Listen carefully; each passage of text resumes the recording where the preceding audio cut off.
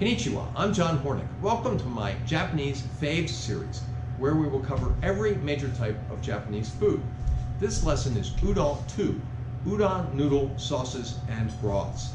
Cold udon is usually served with a dipping sauce based on a versatile soup base called Mentsuyu, which is made with dashi. See my bonus lesson on Making Dashi. Sometimes other sauces are mixed into it. I thank the Japan-American Society of Washington, D.C. for the sesame sauce I mix into my Mentsuyu.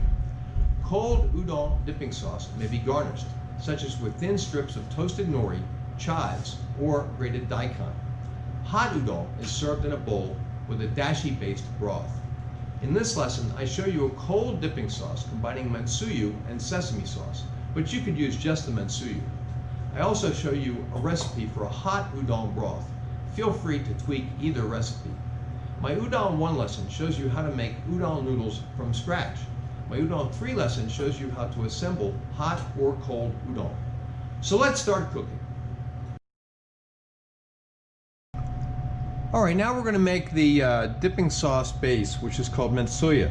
We're going to start with 1 cup of shoyu, which is Japanese for soy sauce. And I want to use a good soy sauce for this, not a cheap soy sauce. We're also going to use 1/3 of a cup of mirin, 1/4 cup of dry sake,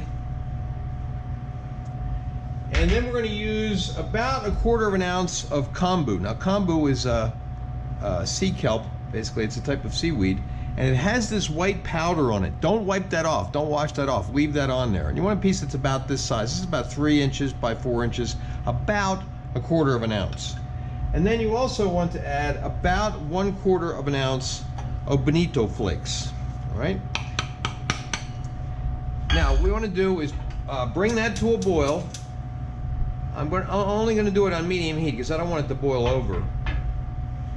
Stir it up a bit. Those bonito flakes will immediately kind of dissolve down in there. All right, now we're going to bring that to a boil, and then we're going to let it simmer for about 5 minutes. All right, it's coming to a boil. Just going to stir it up a little bit here and reduce the heat to low. Let it simmer for 5 minutes. Okay, now we're going to strain the sauce. Now we're just going to let that cool to room temperature. All right, now we're going to make the sesame sauce, and we're going to use the ground sesame seeds. They're coarsely ground. You know, you don't have to grind it into a powder. And you know, these sesame seeds are mostly white toasted sesame seeds, but there are some black seeds in there. You can use all white if you like. All right, so that's the sesame seeds, which is about 3 tablespoons. Then we're going to put in about 3 tablespoons of Kewpie mayonnaise. And again, this doesn't have to be exact either. It's hard to get an exact amount because some of it sticks to the measuring bowl that you might use. Okay. Then we want to use about 1 tablespoon of red miso.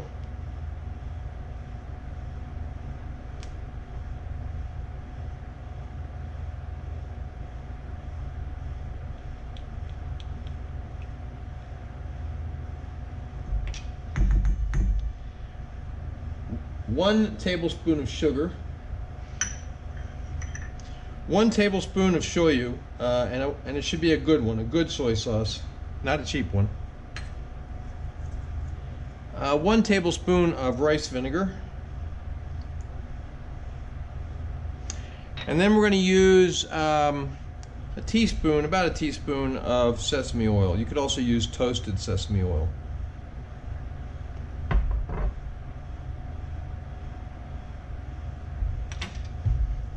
I'm going to try to get some of this off of the rubber spatula.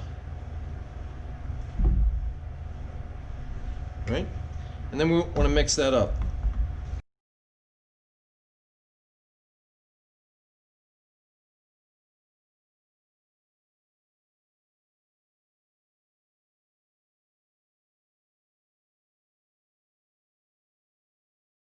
Now let's taste it. Good. All right, now we want to plate up our Mentsuyu. And so what we're going to do is we're going to put that into the bowl that's going to be used for dipping. And what we have here is enough really for 4 servings. I'm only serving 2 tonight. And we're going to mix some of the sesame sauce in with the Mentsuyu to taste. Also depends upon how thick you might want it to be. All right, now let's taste it. Perfect. Okay, now we're going to plate up the other one and then get them ready to serve. Now let's garnish this with a few chopped chives.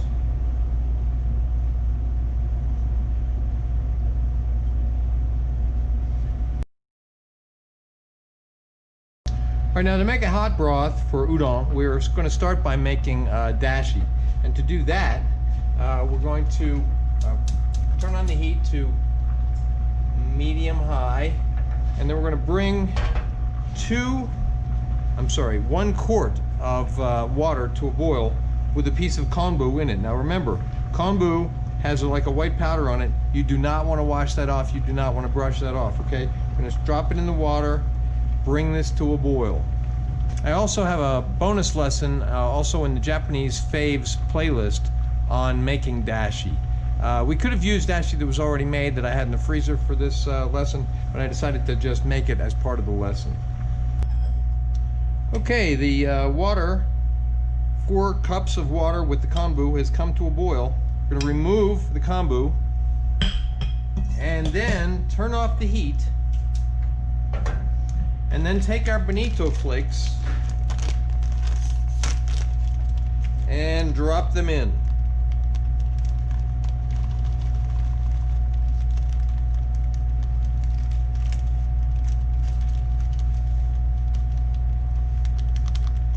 Now you want to let them settle to the bottom,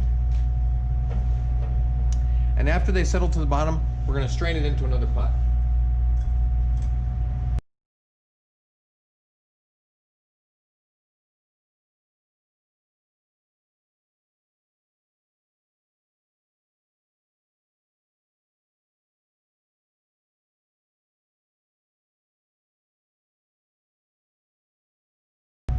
Okay, now we're going to strain it into another pot. Now remember, if you've watched the lesson on making dashi, this is first dashi. You can use these bonito flakes and the kombu and another 4 cups of water to make second dashi. And I'll do that later. But right now what we're going to do is just the first dashi. Press the liquid out of it gently, but we don't want to press it too hard because first dashi is considered to be not as strong but with a better flavor, okay? So we don't want to press too much. So we're going to use those bonito flakes to make second dashi later on. Okay. Now the next thing we're going to do is we're going to add some ingredients to this to make our broth. First we're going to add 1 tablespoon of a good shoyu or soy sauce. I'm using the Mentoku brand Kanazawa shoyu. This is good stuff. We're also going to add 1 tablespoon of whiskey barrel aged shoyu. I'll provide sources for these shoyus. And then 1 tablespoon of black garlic shoyu.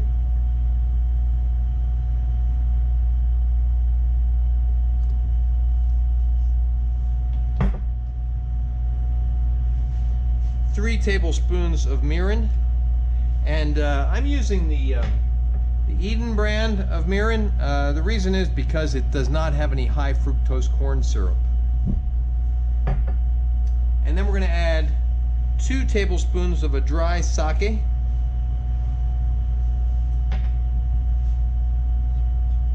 Then we're going to add some shiitake mushrooms, and well, this is probably about 1.5 cups, 2 cups of sliced shiitakes, and we are going to bring that back to a boil on medium heat. Then after it comes to a boil, just as it comes to a boil, we're going to reduce the heat and simmer it for about 3 minutes. That's just to burn off the alcohol in the mirin. Also, it'll help to consolidate the flavors and to bring some of the mushroom flavor into the broth and bring some of the broth flavor into the mushrooms.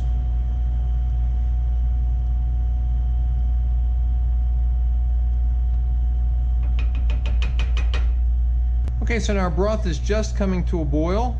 We're going to reduce the heat to low and let it simmer for about 3 minutes. Then we're going to keep it warm until we're almost ready to serve. Just before we are going to serve, we're going to bring this back to piping hot and ladle it into the bowls with the noodles.